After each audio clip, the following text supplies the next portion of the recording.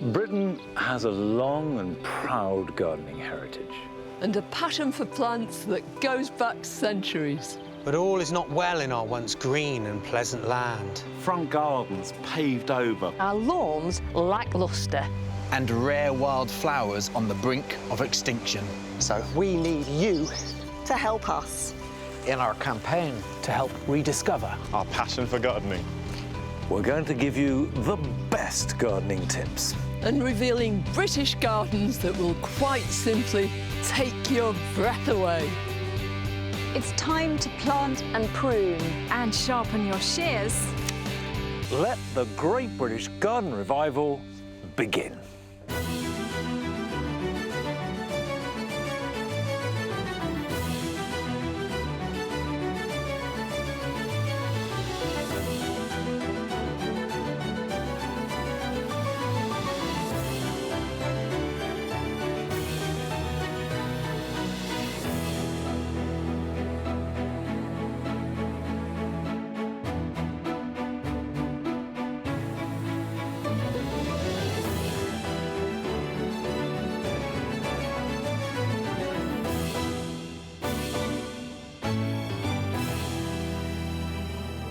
On tonight's show, Joe Swift is on the campaign trail for trees. But first, I celebrate the very best of British cut flowers. For me, there's nothing better for bringing our homes alive than freshly cut British flowers. And a simple vase like this should be a celebration of the seasons.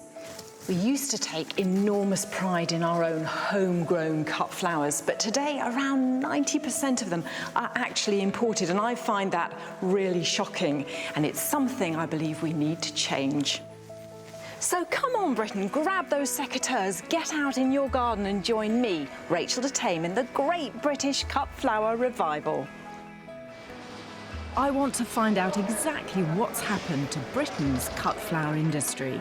Unfortunately, most English growers have packed up now. It's sad, but it's true. I'll be meeting our passionate flower champions. Amazing. They really are such a delicate flower. Who are fighting to save our floral heritage. People are coming and asking specifically for British grown. And I'm going to show you how simple it is to start your own cut flower garden. It's like an heir and a spare. If one of them fails, then hopefully the other one will germinate. So together we can put the bloom back into Britain. It's like holding an English garden in your hands.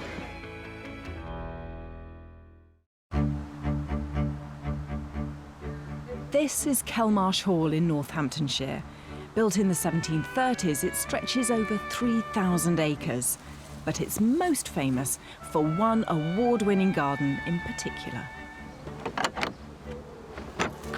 Well, for me, this is the jewel in Kelmarsh Hall's crown. An incredible, an enormous walled garden. Breathtaking. There's no better place to base my campaign to revive the great British tradition of growing our own flowers for cutting than here. The team of expert gardeners are dedicated to showcasing the best of Britain's floral heritage that is sadly struggling to stay alive. And in-house florist Louise Wesley's full-time job is to maintain the Kelmarsh tradition of cutting and arranging flowers for the hall. I thought I'd come and give you a hand, if I can get to you. I'll just tiptoe through here. Okay. This is my idea of heaven. I'm very lucky. This setting. But why is it that Kelmarsh Hall has such an extraordinary cutting garden? It's all thanks to an incredible lady called Nancy Lancaster. She arrived at the hall around 1930s, and although from Virginia, she completely wanted the essence of an English country garden and just basically loved flamboyant arrangements within the house because she did lots of entertaining. So why are homegrown flowers so special? In terms of using the flowers, the strength of the stems and the longevity of the flowers, they just last so much longer. Also, when you're buying from the shop, obviously everything's grown to demand, so it's the same stem lengths, it's the same flower heads, whereas if you're growing them in your garden, obviously, as you can see, it's the variety of the shapes and the textures and the colours that you can get. Somehow more real, isn't it? Yes, absolutely. The UK cut flower industry relies on the fact we say it with flowers, and it's worth over £2 billion a year. It's 6:30 in the morning and I'm at New Covent Garden Market in southwest London. And if you want to know about the business of cut flowers, this is the only place to be. It was the original market, which opened its doors in the late 1800s, that ignited a spark and created a booming British cut flower industry. I have very fond memories of the original Covent Garden Market. I was training to be a dancer. I used to go there for rehearsals, and I remember the barrow boys just wheeling those heavy barrows across the cobblestones and sort of bump, bump, bump as they went along, and they would be filled with flowers. And it was the colour, the aroma, and the atmosphere was just very buzzing in that place, and I think that stayed with me. It's become part of my passion for plants, for gardening, and of course, a love of cut flowers.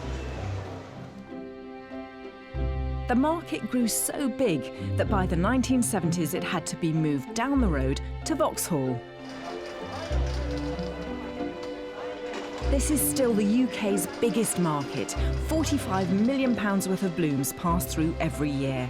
And even though I know we import most of our flowers these days, I'm hoping here we'll still be buying British. Hello.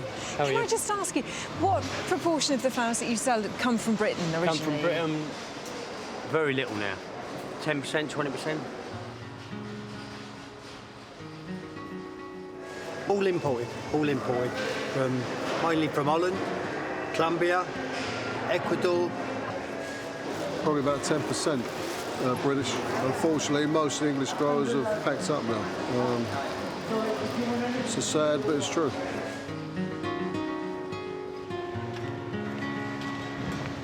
Oh, now this looks promising. Look, Union Jacks everywhere. English flowers on the boxes. Excuse me, is this you? Pratley's, yeah.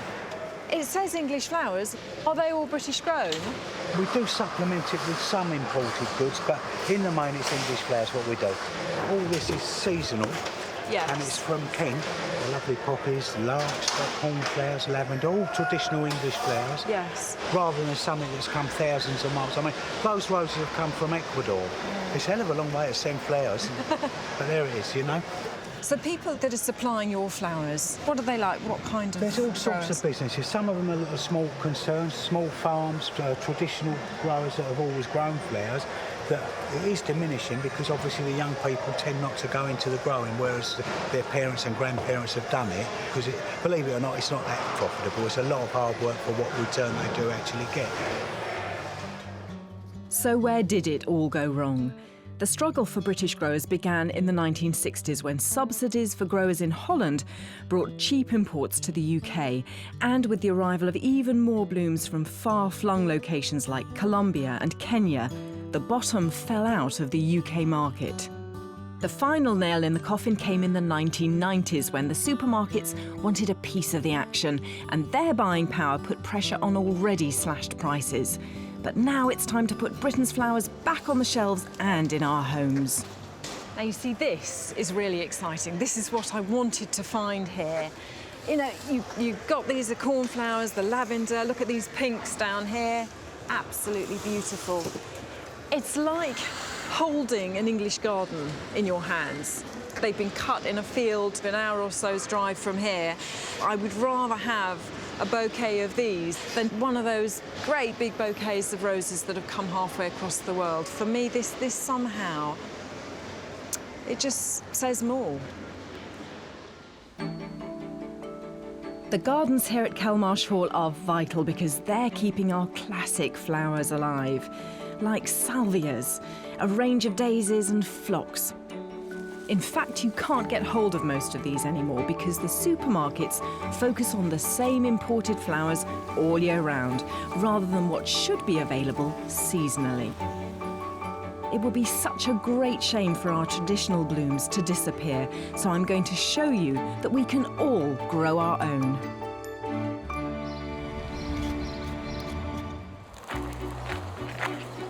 Let's look how lovely these are. And there's nothing more rewarding than knowing that you grew all of these from seed. Seed growing is such fun. It's incredible. I don't know why everybody isn't doing it. The easiest flowers to grow are hardy annuals, which means they go through their entire life cycle in one season, like sunflowers, cornflowers and poppies. You need to plant the seeds at the start of spring and can then spend the summer enjoying their blooms. Now, I like to sow my seed into modules because if you put these little inserts in and just a couple of seeds into each one, then you get really strong individual little plants.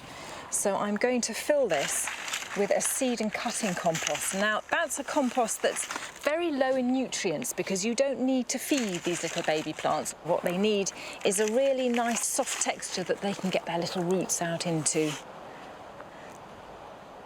Packet of seed. This is Coreopsis. The common name for it is tick seed, and that's because these tiny little seeds look like little ticks, little insects. And so very gently, just try and grab a couple of those into each module. So it's like an heir and a spare. If one of them fails, then hopefully the other one will germinate successfully.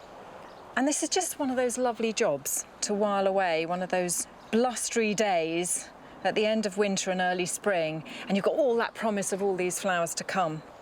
Press them down gently, and then I'm just going to add a very fine layer of compost over the top, and always check on the seed packet. It will tell you whether that particular seed needs a bit of light, and in that case, you don't have to cover it at all. That's just a very light dusting over there. Now I'm going to label it because that's the other thing that's crucial. So I always put on the date and then the name. This one is Coreopsis Quills and Thrills mixed. Sounds good. There, I'm going to give it a good watering. It's that simple. If you don't have a greenhouse, keep them covered and moist by a window indoors, and soon enough the seeds will germinate and shoots will appear. And once you've got a strong seedling, you can put them outside in a sheltered spot or cold frame, and this will help them to acclimatise. After 2 or 3 weeks, they should be ready to plant out, and your flowers will appear at the start of summer. For just a few pounds, you can pick up some seed at the garden centre. It's an easy and cost-effective way to get beautiful blooms outside and in. I'm prepared to guarantee that once you start growing your own cut flowers, you're never going to want to stop. It's completely addictive. And when you look at something like this, the sweet pea, which has traditionally been such a favourite for gardeners, not only for the fragrance, which is knockout, and for the way that they look, but also they make incredibly good cut flowers, and I want to see even more of them.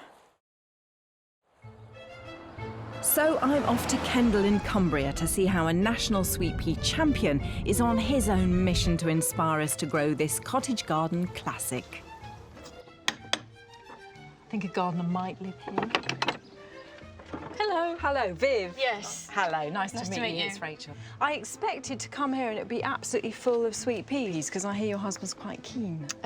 Keen, obsessed, more like, yes. The average day for him will start at 5 in the morning, and then it's into the sweet peas till usually about 10 o'clock at night. Sounds like you're a bit of a sweet pea widow. Oh, definitely. Gosh, look at this, just a sea of sweet peas. Ah, here he is. Viv's husband, Kevin, has been growing his award-winning sweet peas for competitions for the last 15 years. Where does it come from, this passion for sweet peas? It is just the desire of the sweet pea that produces so many flowers throughout its flowering period that it is just so fantastic to work with, really. And what I tend to do is grow about 21 different varieties, about 60 plants of each, so I get a good vase of quality flowers. That's what I'm after at the end of the day. Amazing. They really are such a delicate flower. So for people who want to grow their own cut flowers, would you suggest starting with sweet peas? Sweet peas would be a perfect flower. Very easy to grow. You put them in canes, let the side shoots grow and get a good mass of flowers, and that's the easiest way. Just leave them be and you'll get a lot of flower. If you grow from seed, you only need a few plants to give yourself flowers all summer long.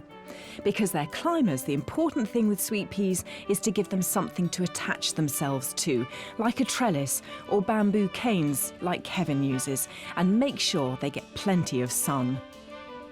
And now the best part, isn't it? We're going to cut some. The best part, cutting the flowers. Yes. What we're looking for is something good on the stem with 3 or 4 flowers on, all fully open, and really cut as far down to the plant as what we can, so it has a good long stem length. Okay. Depending on the year and the weather, you'll get flowers from sort of early summer right through until the beginning of autumn.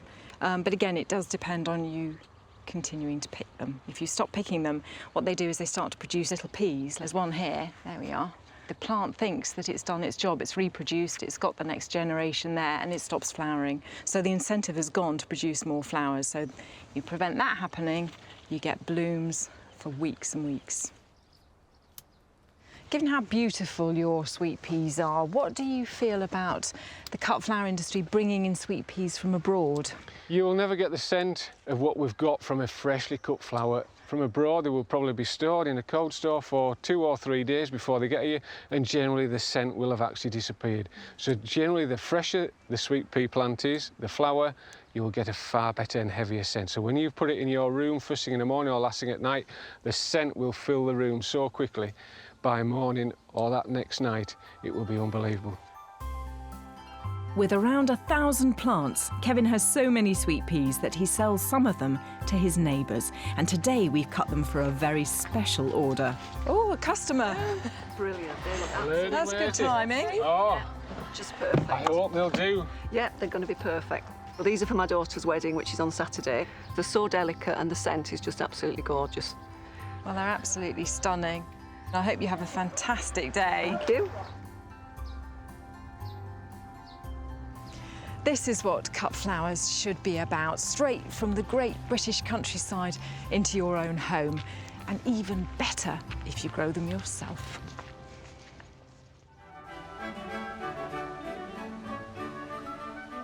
The traditional walled garden at Kelmarsh has its own fair share of sweet peas, but there are plenty of other beauties great for cutting here. Another must-have are carnations, but forget about those cellophane-wrapped, ever-flowering and scentless varieties that you find in the supermarket, and meet instead their fragrant cousins, the pinks.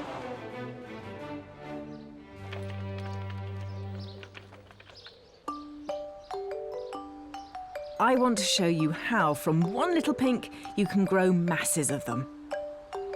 People do tend to forget about Old English pinks, these lovely little dianthus, and I think they're slightly underused as cut flowers, but there's also that wonderful fragrance. And they do make surprisingly good cut flowers, particularly for those little posies that are very fashionable at the moment in little vintage teacups and things like that. Fortunately, they're very, very easy to propagate, so you can get more plants. You start off with 1 or 2 and you quickly get more. And what you're looking for, rather than these flowering stems where you can see these individual pieces of stems between where the leaves are, you're looking for pieces that are sort of more tufted. So there's some good material here around the base. And we just strip away those lower leaves. You're aiming for something which is probably not much taller than your finger. And then I'm going to make a clean cut just below that slightly knobbly bit where the leaf joins onto the stem, and that's where the growth will come from. And then very simply, I've got a pot here which is filled with a really nice gritty compost, because dianthus little pinks need good drainage. They don't want to sit in a lot of damp soil. And I've chosen terracotta because their porosity means that they'll draw any excess moisture out towards the side. If you put them around the edge, they seem to root better, they take better. Strip off those leaves, cut to a node, and pop it in.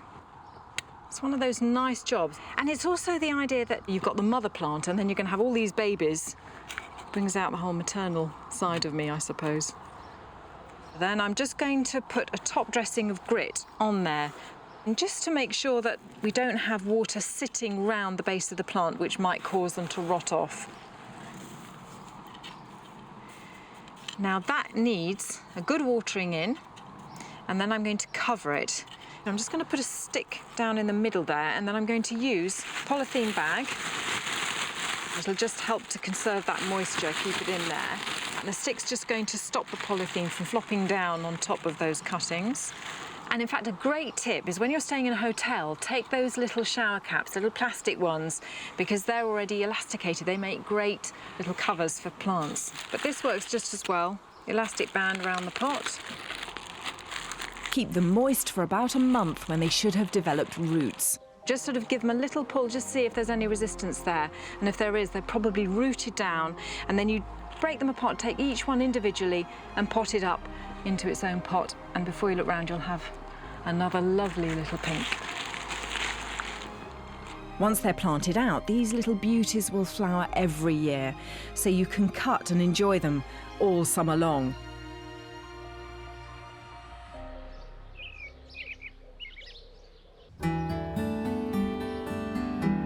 I hope by showing you how easy it is to grow your own, you'll get out in the garden and help save our British cut flowers.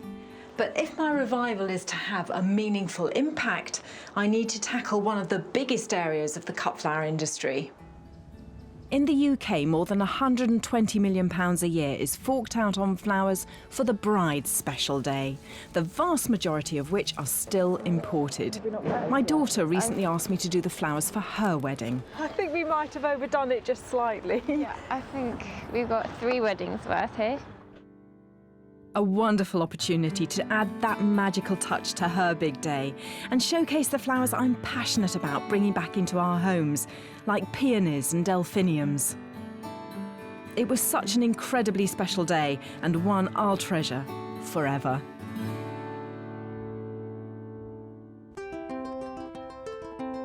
I've come to visit the magnificent 16th century Doddington Hall in Lincolnshire, where florist Rachel Petheram runs the cutting garden, dedicated to British floral heritage, which she uses for her renowned wedding displays. I definitely have noticed over the past few years that people are coming and asking specifically for British grown, and I think the trend for seasonal food and British grown food is translating into flowers. She's also added an unusual twist to her bridal displays by using commonly grown herbs. So what is the reaction of a bride when you tell her you're going to put herbs into her bouquet?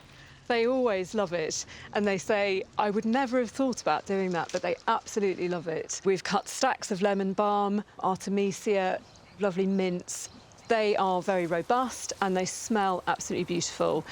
And the scent for wedding flowers in particular is absolutely crucial. And obviously, if you're growing herbs at home, I mean, they're a lot of them very easy to grow, so fantastic. You know, it seems to be a really obvious thing that maybe we've been missing. Yes, exactly. And if anybody has already got a herb garden at home, then they've already got the basis for a beautiful flower arrangement. This is such a fantastic idea.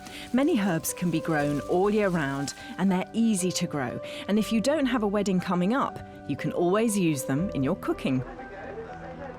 Rachel runs workshops teaching people how to grow and arrange their own flowers.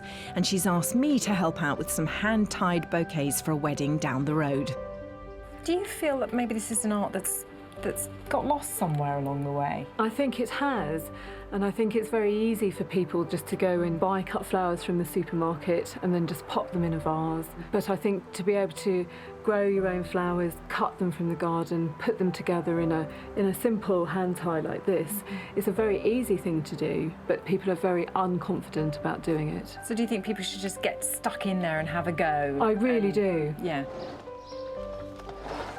I think every wedding should embrace our floral heritage in this way. Yes, this is gorgeous. You don't get fresher or more British than these pretty, fragrant and colourful displays.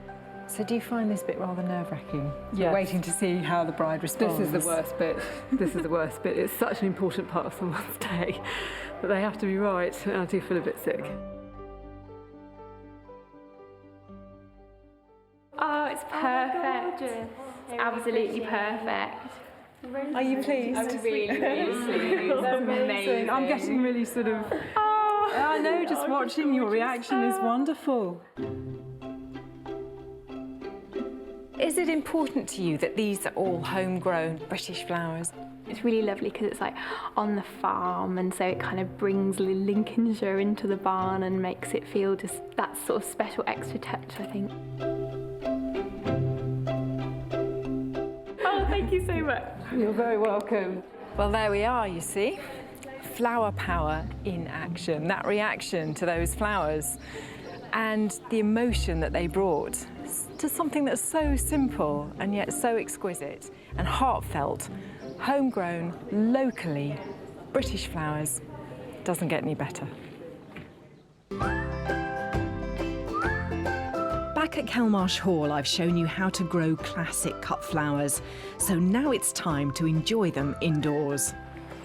Whether you're arranging flowers for a wedding or just for the kitchen table, there's a definite skill in cutting them, then preparing them and, of course, arranging them so you get the absolute maximum from every single bloom.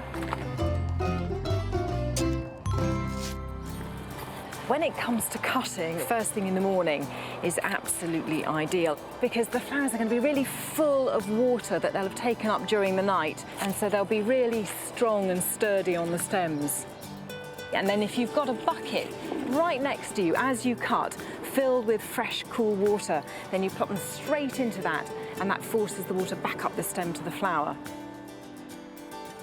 Make sure your secateurs are really good and sharp so that you don't snag the plant and damage it. You could also use sharp scissors or snippers, and then go right the way down to the bottom here, just above the leaf joint, and snip there, and then you'll encourage more blooms to develop and flower, and you get plenty of blooms for your buck.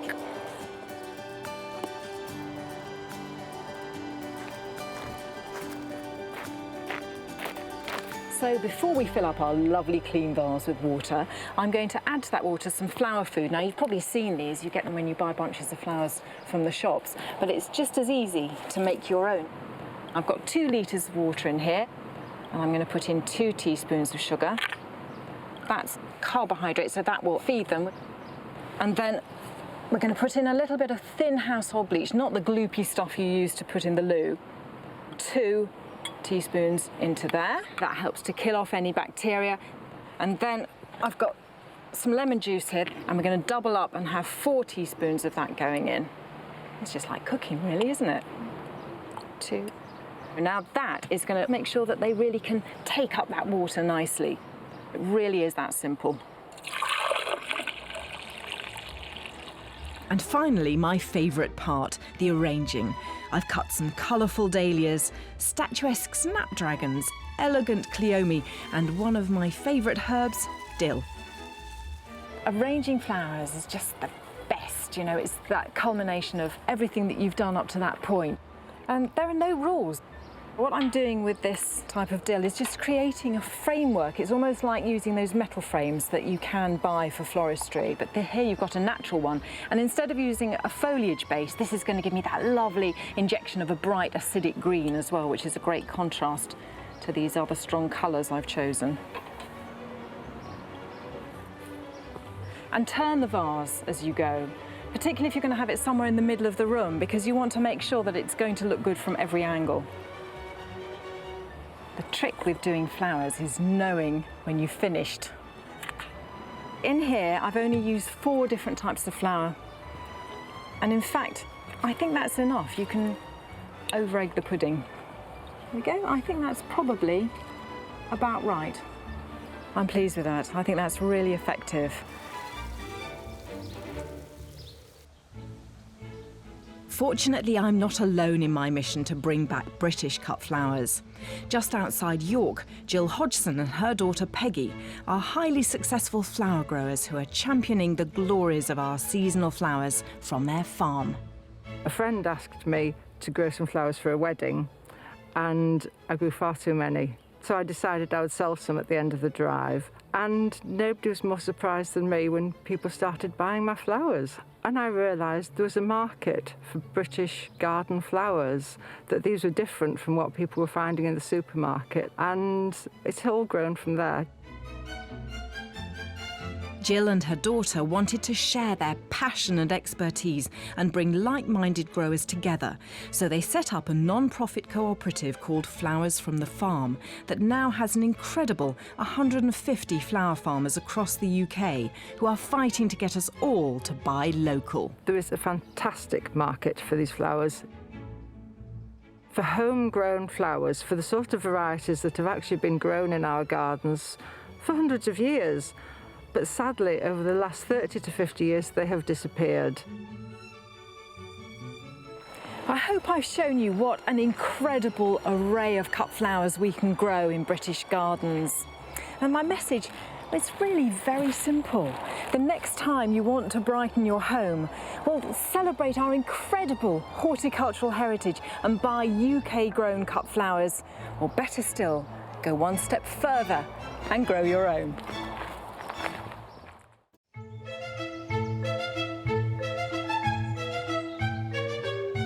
What's not to love about trees? Take this silver birch, for example. It's got a lovely huggable trunk, a lovely buttery yellow autumn colour, and just to think that this tree has grown from a tiny little seed and it's going to outlive all of us.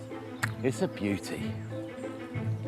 Now, only a measly 2% of Britain is covered in ancient woodland, and in our own back gardens, we've fallen out of love with trees altogether. We're either scared of them, we think they're going to grow too big, or what the neighbours may say about them, or we don't plant them in the first place because we think, why bother? I'm never going to live to see them mature. I'm Joe Swift, and I'm going to show you it's all about choosing the right tree for the right place. Join me for the Great British Tree Revival.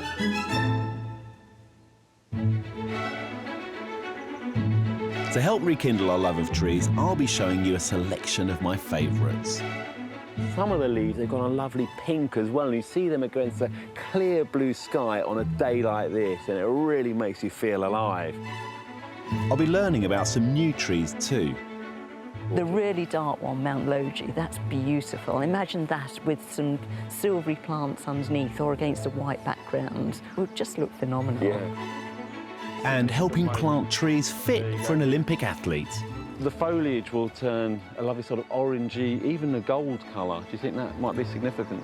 Oh, maybe. I see what you did there, yeah. Yeah. Interesting.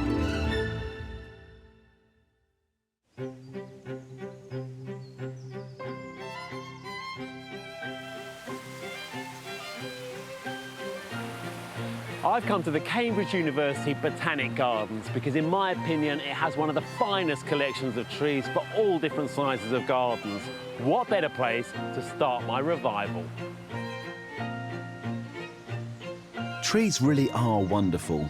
Every size and form, choice of leaf shape and colour, flowers and berries. There's something for everyone.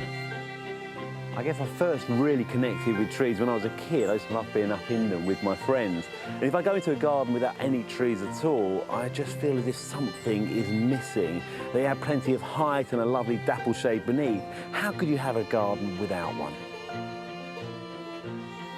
Trees are essential to any good garden design, and the first thing you should consider before planting anything.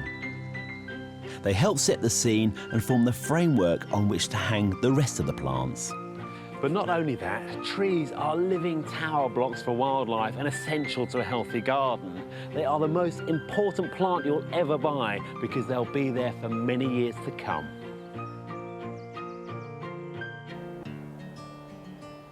Oak before ash, in for a splash. Ash before oak, in for a soak is just one piece of folklore that highlights how we've revered trees for centuries.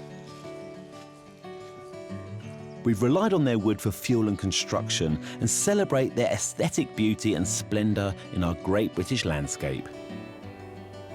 It was the Victorians who planted them in our streets and parks to help bring green into the industrial landscape. And in Brighton, they chose to plant the infamous elm, as I discovered from our arboriculturalist, David Archer. So, David, why does Brighton in particular have such a wonderful collection of elms?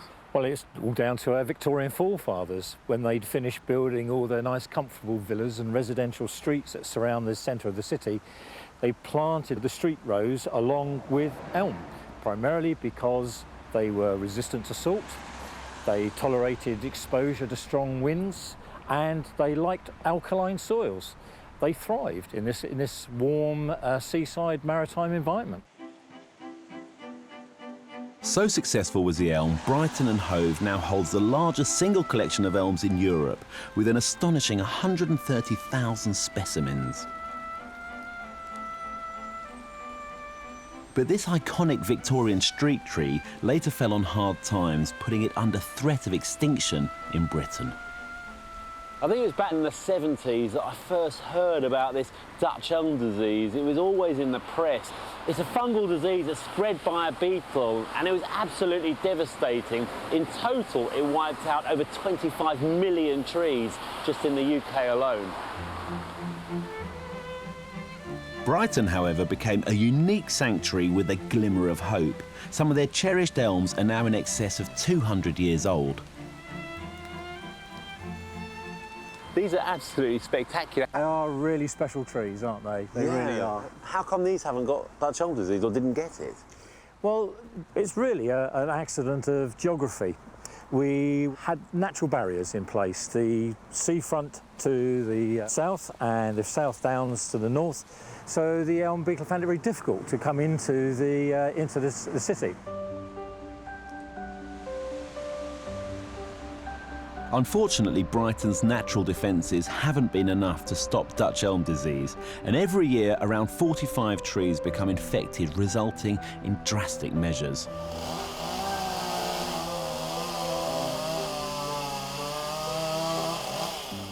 So this tree's, it's got to come down, is it? It has indeed, yeah. It's got quite a deep infection of the Dutch elm disease. And how do you know, how can you tell? Initially, all you see is a brown staining or a dark bloom in the top of the tree. It'll be universally green, and then you'll just see a brown patch that just sticks out to the eye, you know. The dark marks down in here are actually the fungus, the disease itself. That little bit of blue. All of that darkness, it should just look like Jersey cream, you know. It should look a lovely universal colour. You can't just chop it out and hope for the best. If we get to the disease within the first few days to a week, sometimes, you know, we're really lucky and we've stopped it getting into the main trunk of the tree. So it's that quick then? It's like a few days to a week, and then suddenly it's just yeah, the disease will show within 2 to 3 days, and it will be in the trunk of the tree and then down into the ground in about 2 weeks. Unfortunately, Dutch elm disease isn't the only disease plaguing our trees in the UK. Currently, ash, horse chestnut and oaks are also under threat. This tree is apparently about 100 years old, 100 years to grow and about an hour to take down. It's absolutely tragic, but has to be done.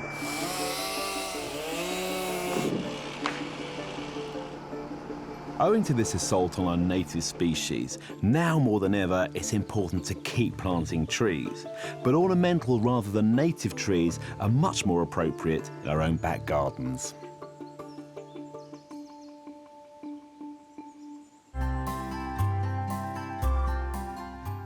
Cambridge University Botanic Garden is the perfect place to see trees in the prime of their life. I'm going to show you 3 showstoppers that are guaranteed to breathe life and interest into any garden. There are so many trees on offer, but choosing the right one for the right spot is important. The key things to consider are its full height at maturity and how quick or slow growing it is. To help narrow things down, I'm going to look at 3 key attributes: autumn colour, berries and bark. This is Acer Davidii, and its common name is a snakebark maple, which it gets from the fissures in its branches. And on the younger branches, it's more pronounced, and on the older stem, the main trunk, it becomes deeper and more distorted, and it gives it more character too. It feels so magical standing beneath it, looking through to the sky above. And it's got a very wide canopy, this tree, so it's perfect for the larger or medium-sized garden, but actually you can prune it back to keep it in check. I often use acers in my garden designs, but the mature specimens can come with a price tag to match, so it pays dividends to do a little bit of research before investing in one.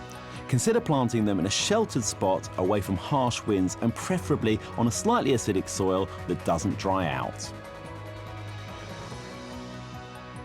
If you like to see the mellow fruits of autumn, then look no further than the sorbus or mountain ash family. Berries range from white to pink and scarlet red, and they all make great trees for a small to medium-sized garden. Sorbus are best planted where you can see them from a window, and that's because all manner of wild birds and mammals will dine out on their bountiful berries. Like with any tree, plant them a good distance from buildings to make sure they don't block light or risk damaging structures. This one is perfectly positioned in an open lawn area. But if you want a great all-rounder with explosive autumn colour, then this tree is a great addition to any garden. Euonymus are commonly called spindle trees, and they're tough as old boots. This one is from North and East Asia. It's called Sachalinensis. Only reaches about 3.5 metres tall, so it's perfect for a small garden. And at the moment, it's got this amazing fruit on it. These are sort of pinky red calyx and then orange fruit. Orange and red are not normally my favourite combination, but they work beautifully on this tree. Actually, on some of the leaves, they've got a lovely pink as well, and you see them against a clear blue sky on a day like this, and it really makes you feel alive.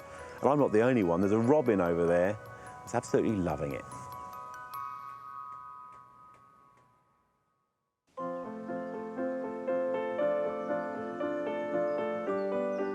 Providing habitats and food for our wildlife is essential, and trees are a vital source.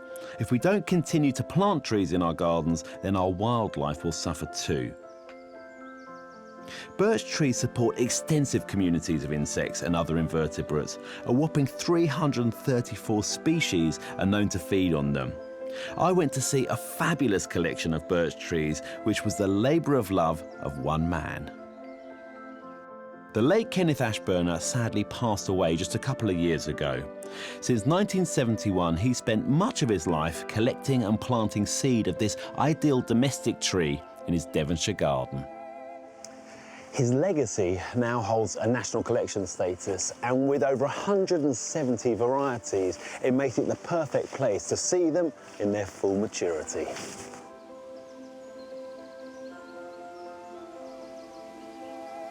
Wow, just look at the different tones in those rings. I'm in for a treat here. Kenneth's wife, June, recalls how he first got the bug for birch. So when Kenneth started collecting all these trees, what did you think? Well, I didn't realise that it could be attractive in our time, actually. I'd no idea how quickly they could grow. And I thought, there was Kenneth at 40 plus. We'll never have a decent garden. Nobody had ever actually made a garden in this manner before. I honestly didn't know there was such a variety coming here. I was going to say, I think most people didn't think there was more than one kind of birch, did they? Yes, Just well, exactly. A white thing that grew all over the place. So how did it make you feel when you come into this garden? Well, I always remember him, and I feel I can nearly see him, really, because he usually walked in the same sort of way and was interested in the same things as he looked around it. So his presence is still very much here, really? Oh, very much, I think, and nobody else could have made this garden, could they?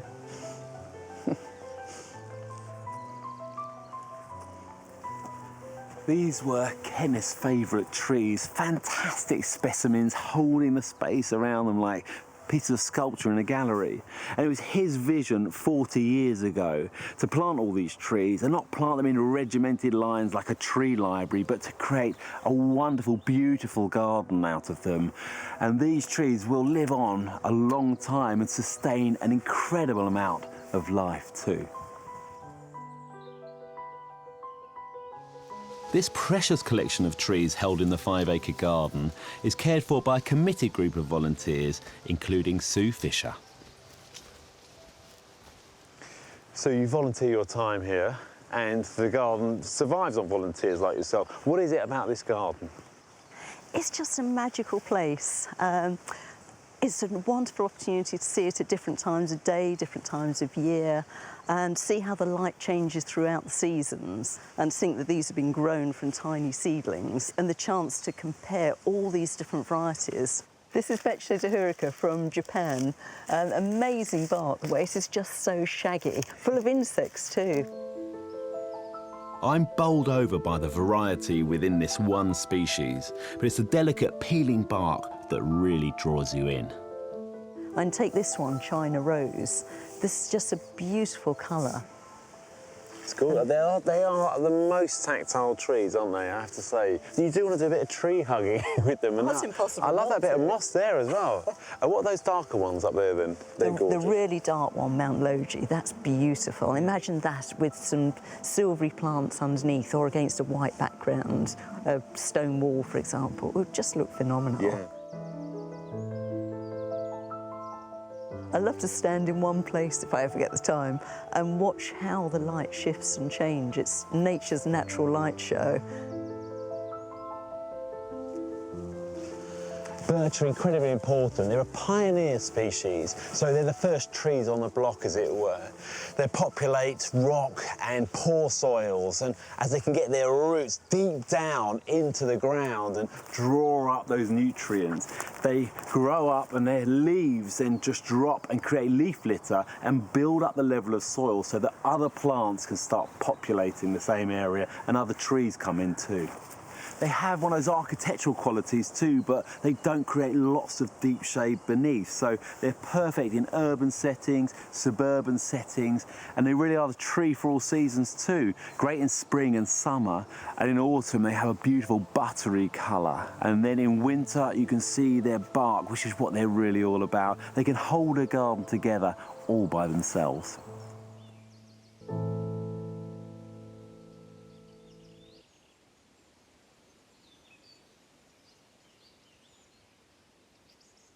There are some stunning birch specimens here at Cambridge University Botanic Garden too. A top tip is to plant them in a tight group of 3, which creates a bold statement. If you've only space for one tree in your garden, then here's how to plant it and give it the best start in life. Trees of all types can fail to establish at an early age just due to basic care, really. So it's important to plant them right, make sure they establish themselves, and then give them a little bit of TLC, and they'll romp away and turn into fantastic trees. The telltale signs of an unhappy tree are that the leaves turn yellow or drop out of season. If this is the case, check that the soil is not waterlogged or bone dry. These are the 2 biggest killers. Get to know your soil and you can easily solve these problems. Now, organic matter you can add in. It's something like mushroom compost or well-rotted manure or just garden compost. It's something to beef up the soil if you've got a very sandy soil, and it'll help retain moisture and slowly feed the plant at the same time. And if you're on a really heavy clay soil, I would also advise putting in some grit or some sharp sand to loosen it up and just help the drainage a little bit. Now, there's a lot of trees are grown in pots, and the roots tend to go round in circles. If you actually dig a square hole, the roots eventually hit a flat bit of wall and grow out through it, and they spread nicely. By gently teasing out a few roots, you'll help the tree establish itself more quickly. I'm just sort of loosening it up a little bit, but I'm keeping as much soil around the root ball as possible.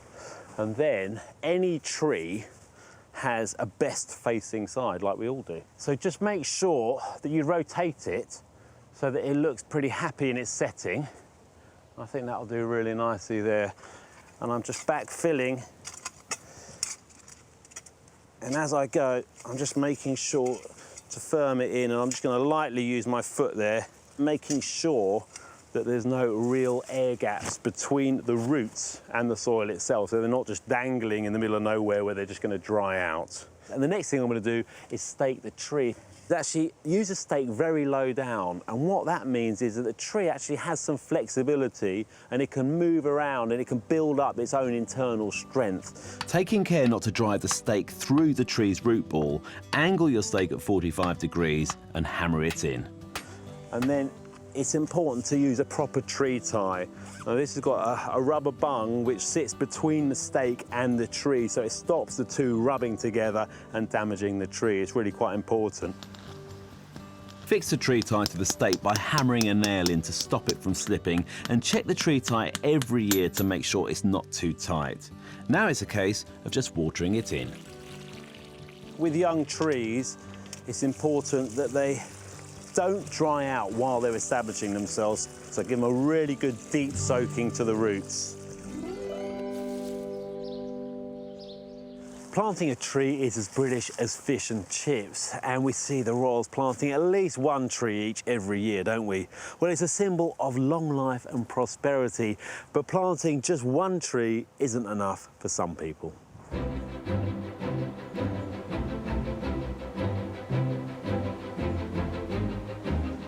Fabulous views here, aren't they, across Bath? Amazing. Beautiful, isn't it?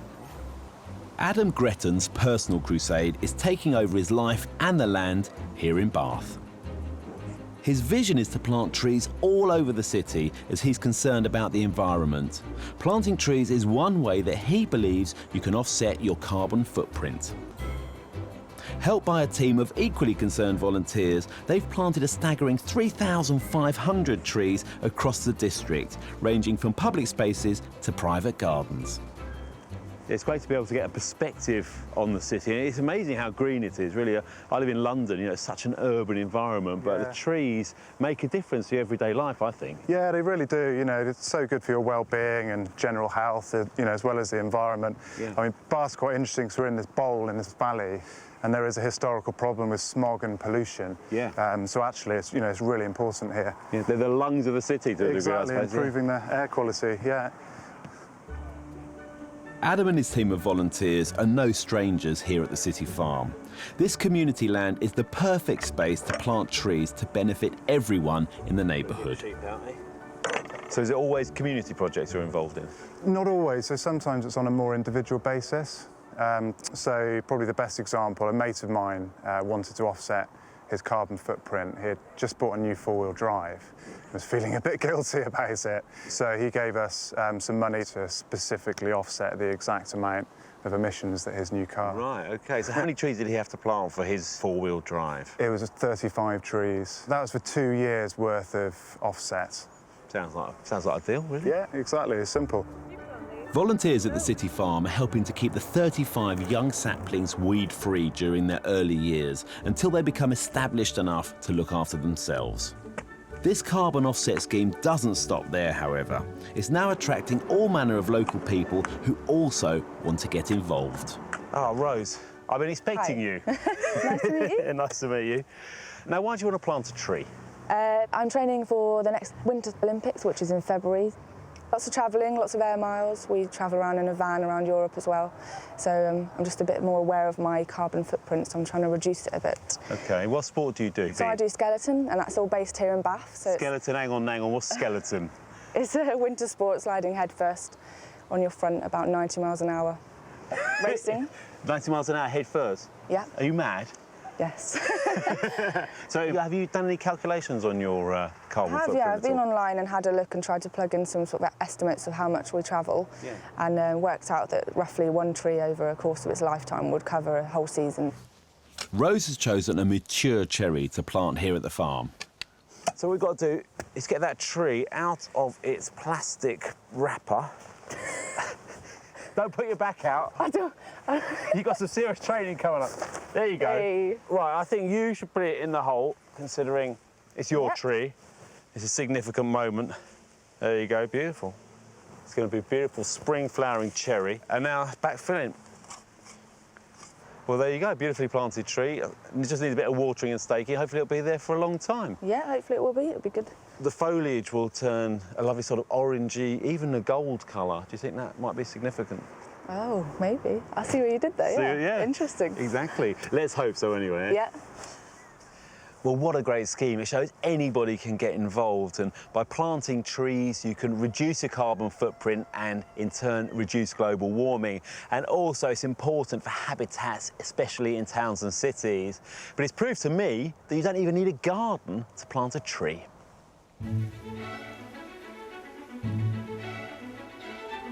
It's important to keep trees in tip-top condition. Here at Cambridge, I want to show you how to go about it with a spot of light pruning. Now, it's nothing to be afraid of, just a few simple steps to follow. Deciduous trees are best pruned in autumn or winter when they're dormant, but evergreen trees left till late winter or early spring.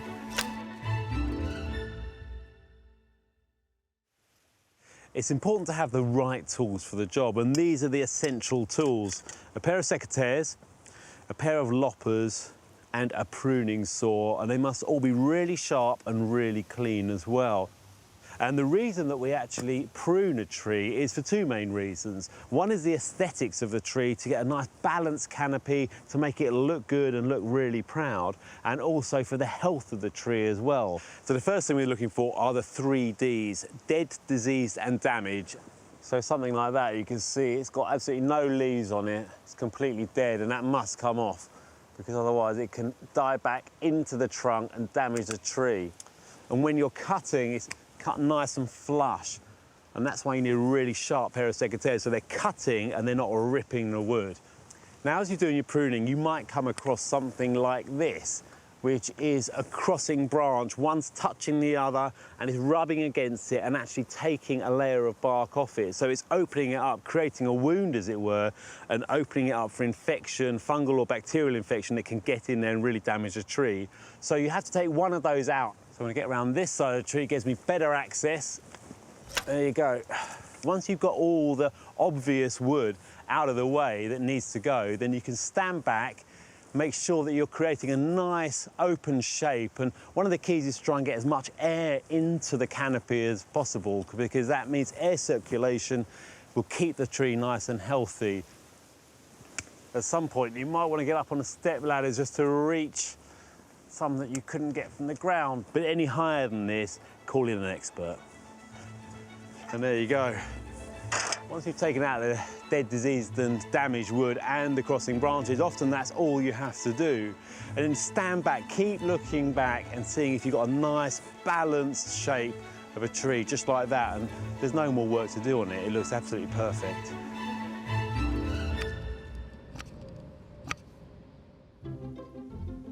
Just an hour or two of maintenance a year is all it takes to keep a tree in prime condition. But for one couple in the Midlands, they go one step further.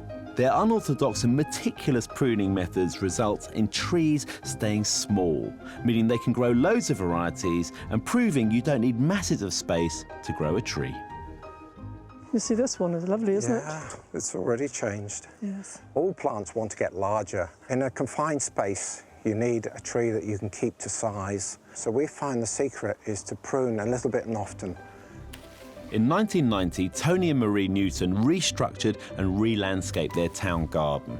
The appearance is that of a traditional shrubbery, but underneath the varied palette of tightly pruned, coloured foliage hides a multitude of tree trunks. Their garden has now fully matured, and the trees provide them with all year round interest and structure.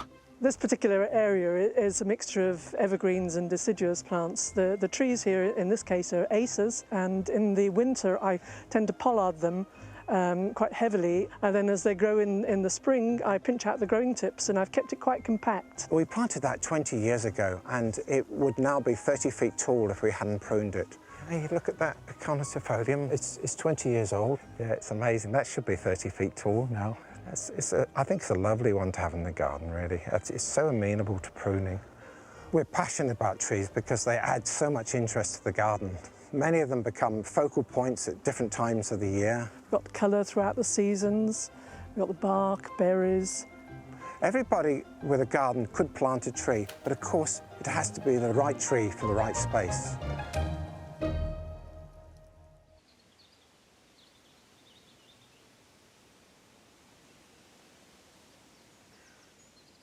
Trees are essential for a healthy planet, and with very little attention they reward us with so much. Interesting bark, lovely berries, and then just look at that awesome, awesome foliage as well. So join me in the Great British Tree Revival and plant a tree, not just for our generations, but for many generations to come.